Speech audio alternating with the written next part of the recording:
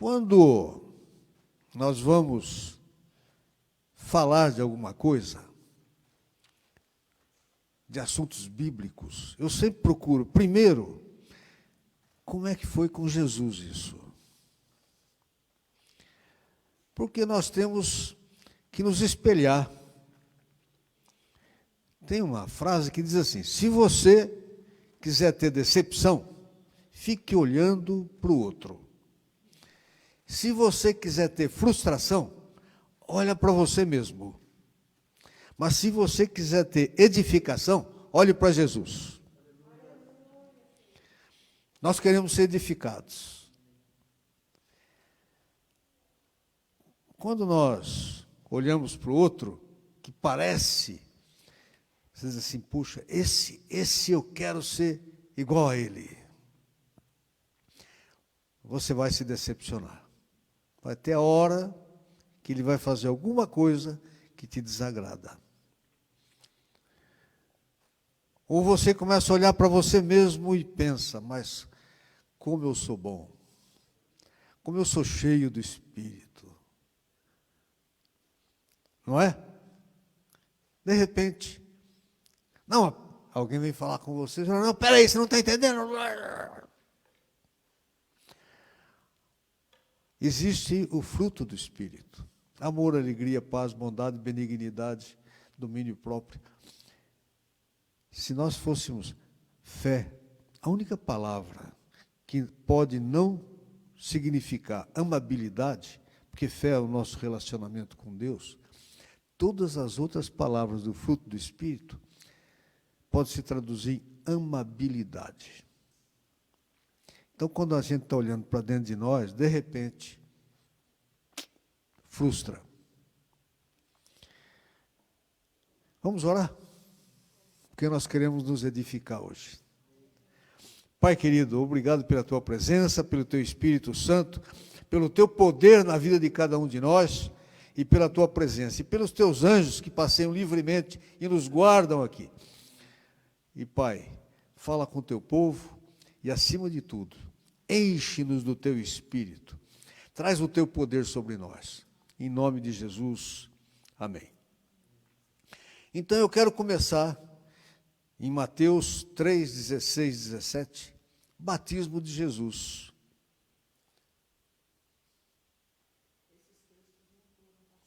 Ah, não deu tempo? Então tem que ter a Bíblia aqui. Eu deixei em cima da tua mesa, mas tudo bem. Então eu vou abrir a Bíblia para a gente ler o que aconteceu aqui.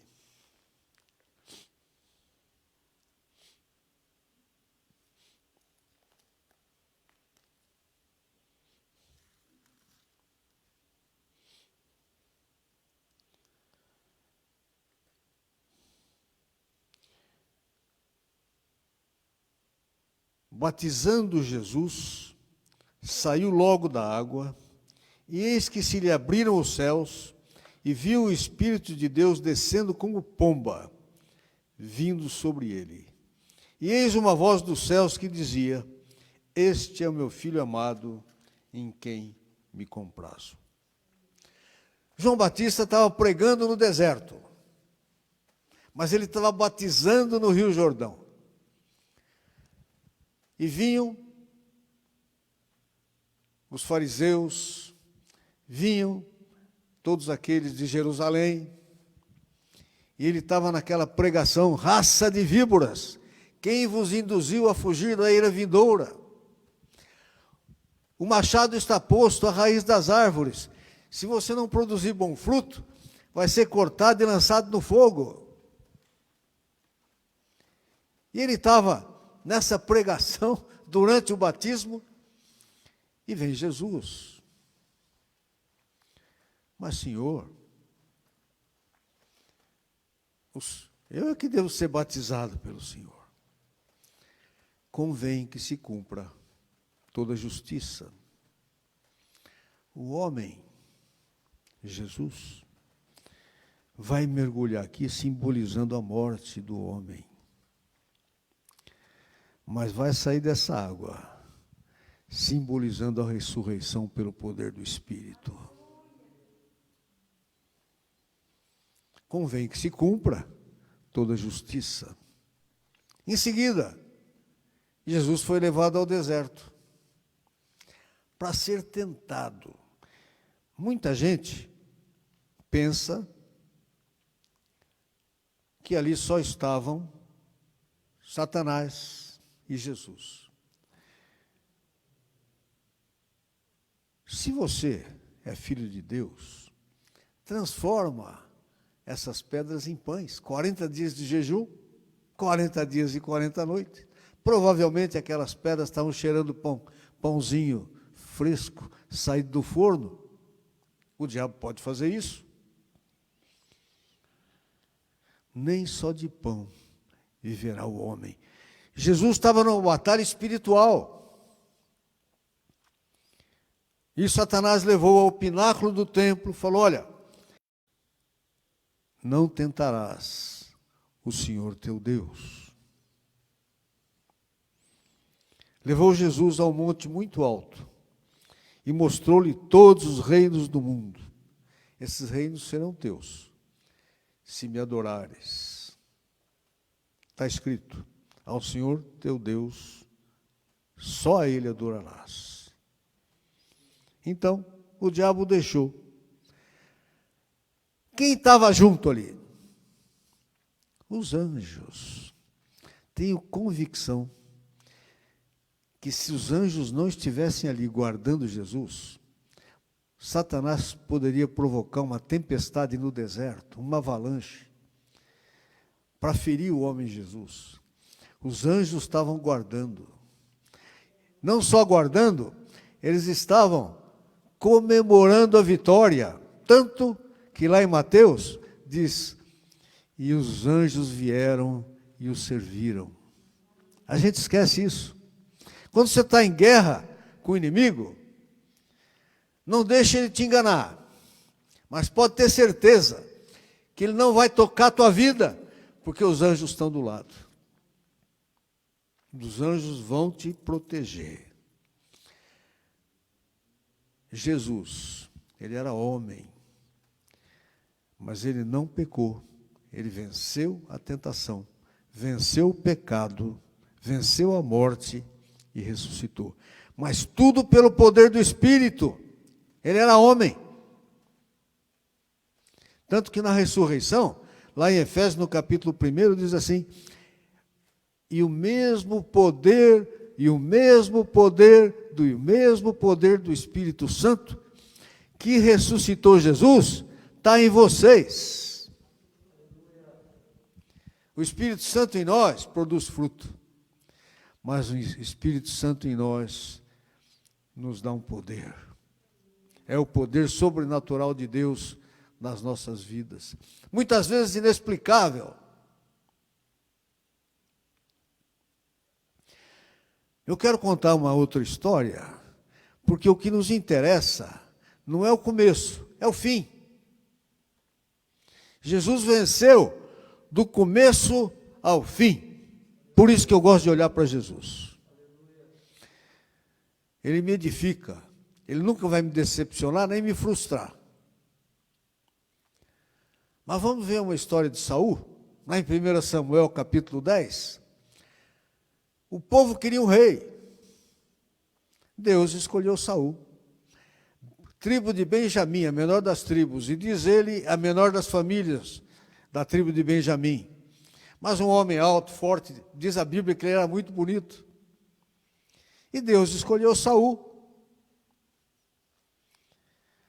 E houve um jeitinho de Deus para fazer Saul encontrar Samuel.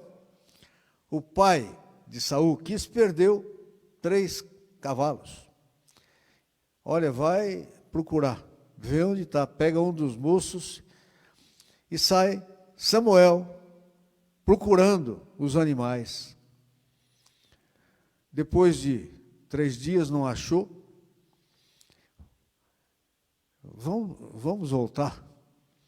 E o moço falou: olha, tem um profeta aqui, que na Bíblia antiga diz vidente. Tem um profeta aqui, vamos procurá-lo? Vamos.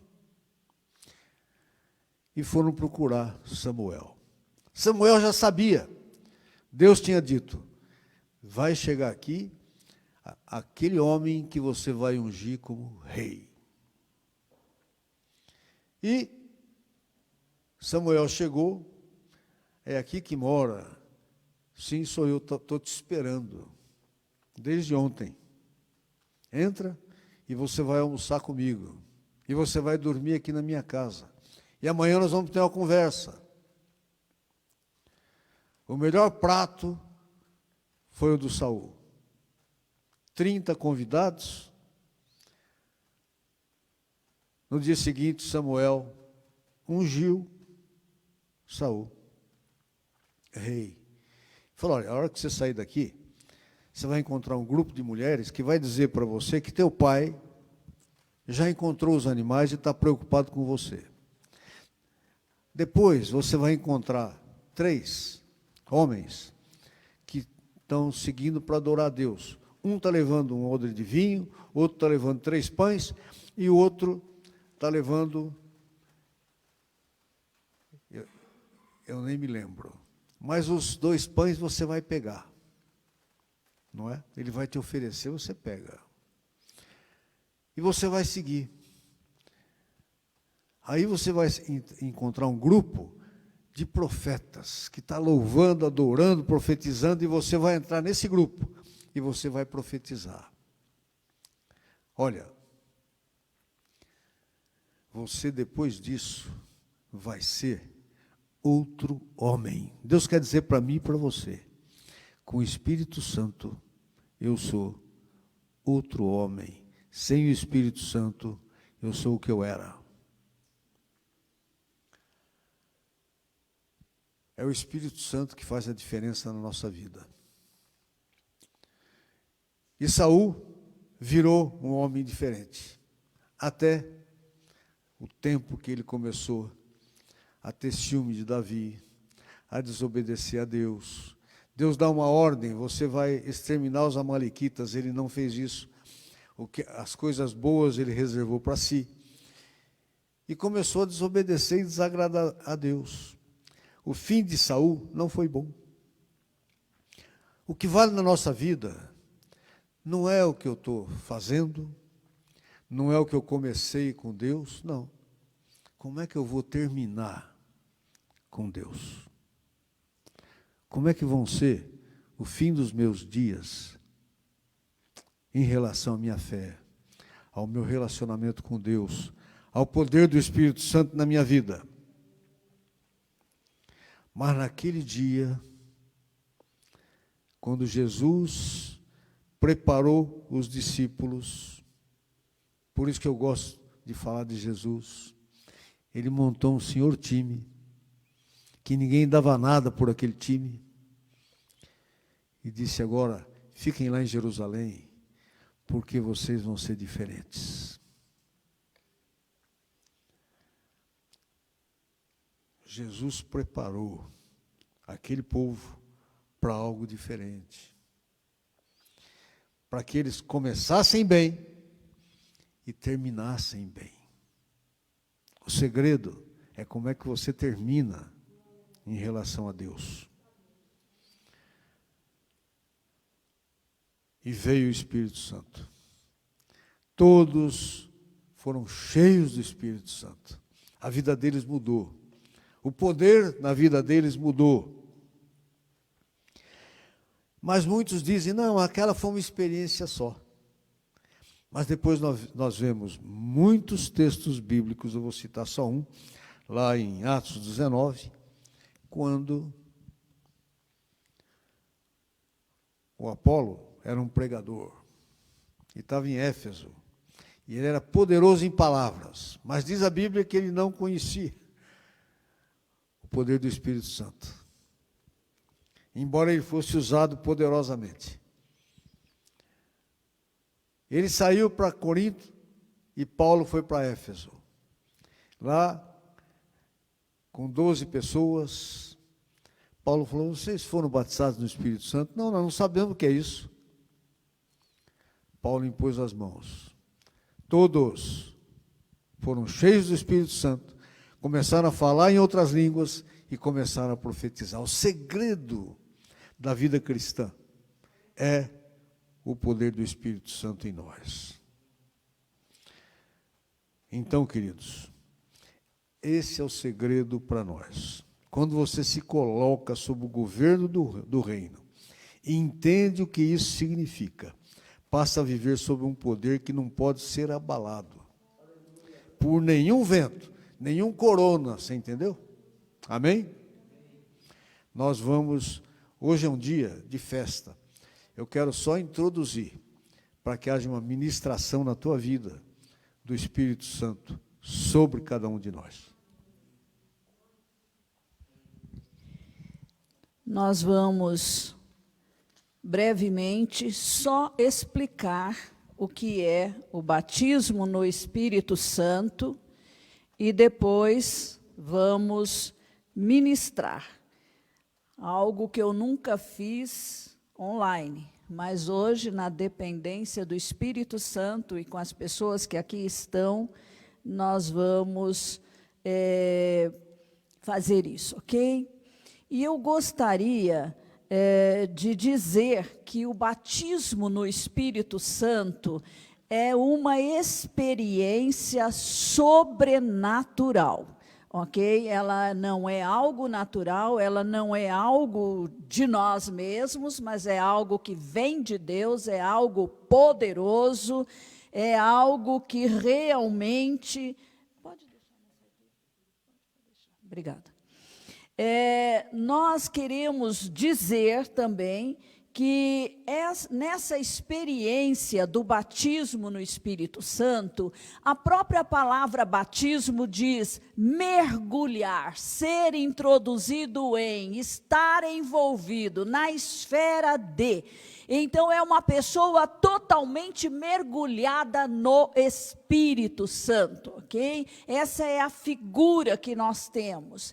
Então, o que é esse mergulho? O que é esse enchimento? O que é esse transbordamento? Eu gostaria que o Péricles agora me ajudasse aqui, segurando o microfone. Eu quero fazer uma demonstração e preciso de mais uma pessoa. Aí pode ser João. Só segura para mim esse pirex. Péricles pega a jarra. O que você vai ver aqui é uma ilustração de um transbordamento. Então, você é o copo, né? O copo aqui está vazio, não tem nada, mas você vai ser cheio do Espírito Santo. Então, vai jorrar a água, vai encher o copo até... Deixa eu levantar o copo, por favor. Transborde, põe mais um pouquinho. Até transbordar. Então, você veja que o copo vai além de estar cheio. Só um minutinho. Aí você transborda. Transbordar é você transborda alcançando outras pessoas, atingindo outras pessoas, abençoando outras pessoas. E quando você abençoa, um pouco da sua unção se vai. Você ora pelas pessoas, a sua unção se vai. Você vai discipular alguém, a sua unção se vai. Você está pregando, a sua unção se vai. E o copo vai esvaziando. Mas toda vez que você vem e busca o Espírito Santo, um novo transbordar. Aleluia. Mais alto, mais alto. Deixa eu levantar para aparecer a água caindo. Isso, jorrando. Pode pegar. Jorrando. É isso que significa plenitude do Espírito Santo. É isso que significa o ser cheio do Espírito Santo. Você pode ter uma experiência, a sua primeira experiência de batismo no Espírito Santo, mas você deve ter vários enchimentos. Você deve viver cheio do Espírito Santo. E para isso você precisa buscar, você precisa pedir, você precisa querer. Tanto tanto para ter a primeira experiência, como para ter os sucessivos enchimentos do Espírito Santo. O Espírito Santo, ele não arromba as nossas vidas, né? Ele espera ser convidado para vir e te encher. Então, nós queremos ver aí também alguns textos, né?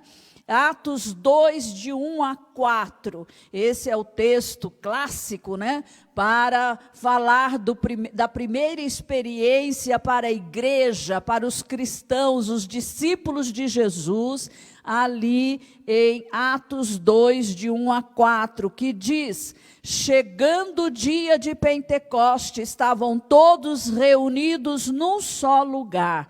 De repente veio do céu um som, como de um vento muito forte, e encheu toda a casa na qual estavam assentados. E viram o que parecia línguas de fogo, que se separavam e pousaram sobre cada um deles. Todos ficaram cheios do Espírito Santo e começaram a falar noutras línguas, conforme o Espírito os capacitava.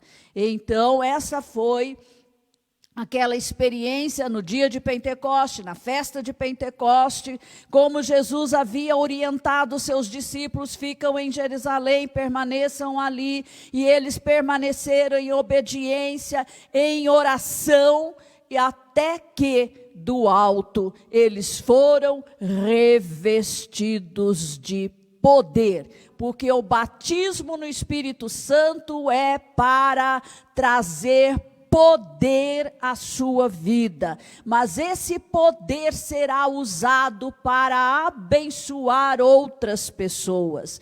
O único dom e a evidência do batismo no Espírito Santo é o dom de falar em línguas espirituais. Não é uma língua aprendida, não é você repetir o que o outro está falando, mas é uma linguagem que vem de Deus pelo Espírito Santo. E aí você fala esta língua, e esta língua, ela não é compreensível aos homens. 1 aos Coríntios, capítulo 14, versículo 2 diz: pois quem fala em outra língua ou língua espiritual, não fala aos homens, mas a Deus.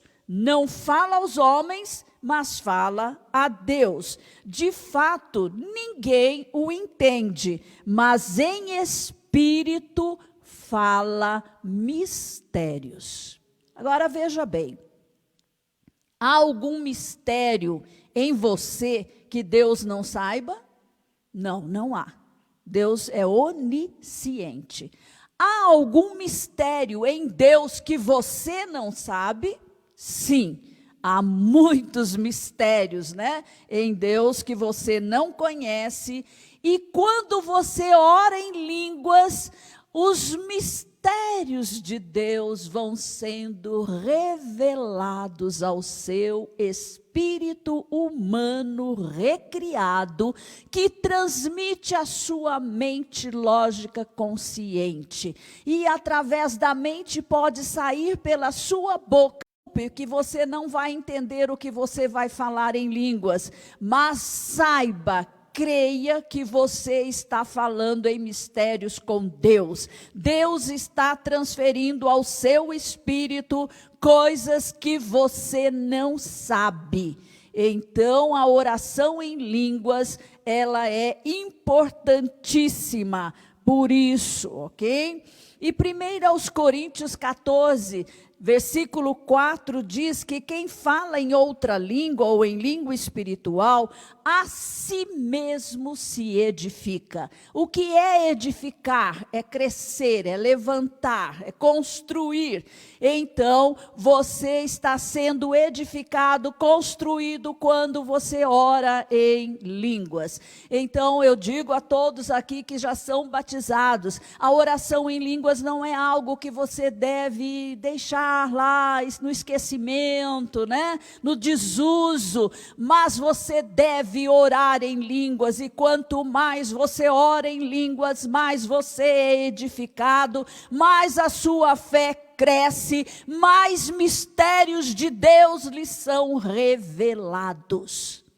Toda pessoa que flui no Espírito é uma pessoa que ora em línguas, e ora muito tempo.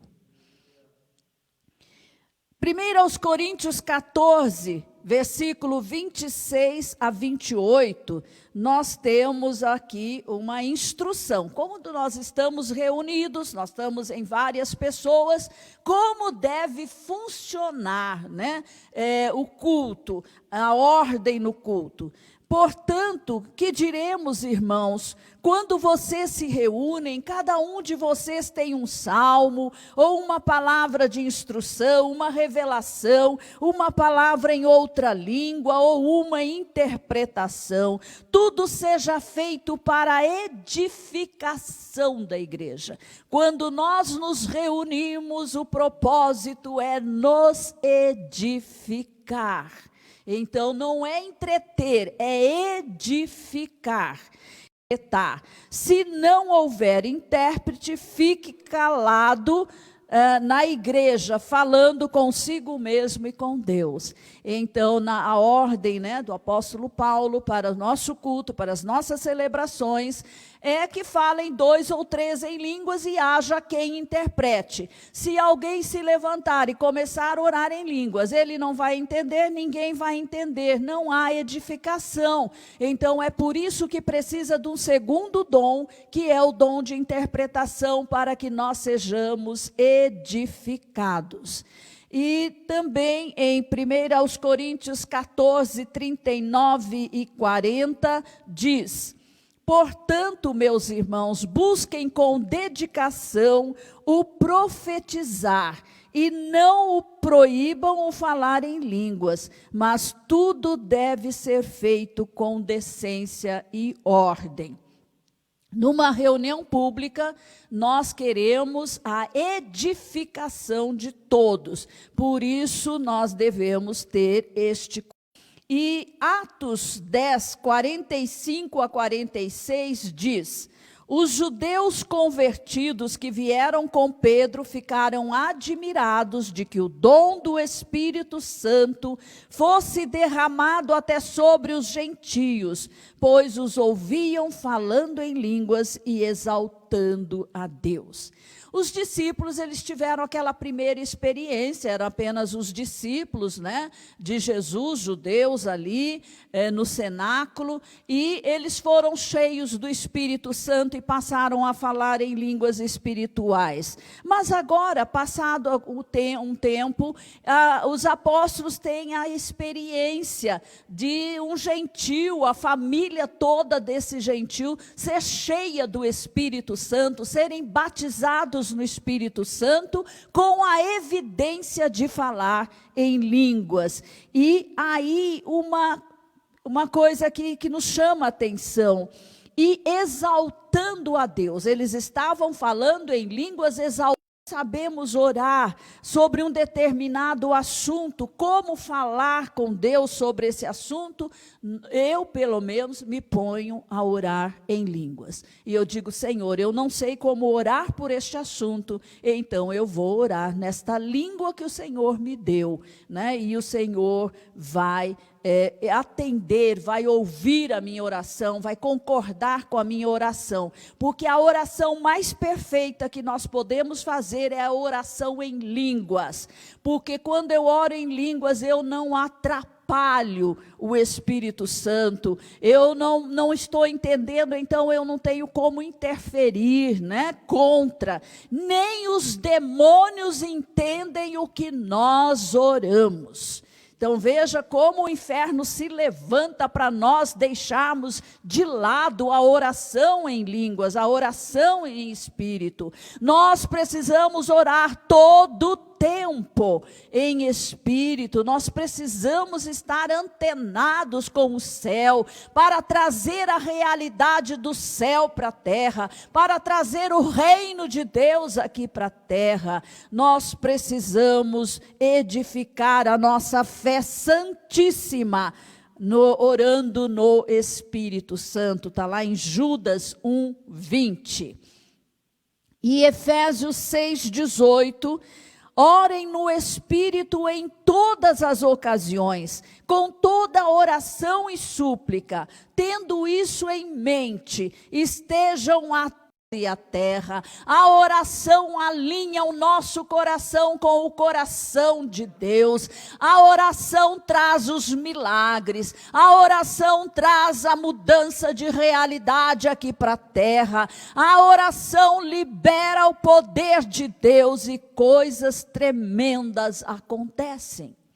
Então nós precisamos orar todo o tempo, nós precisamos orar muito, porque a oração é poderosa. Nós temos autoridade para orar em nome de Jesus aqui na terra. Por isso que nós nos levantamos com coragem e dizemos: morte ao coronavírus, desapareça em nome de Jesus. Nós temos a autoridade delegada para falar a vírus, a bactérias, para falar a morte, para falar a doença, para falar as circunstâncias, ao desemprego, a todas as necessidades, a todos os problemas que podem surgir na nossa vida.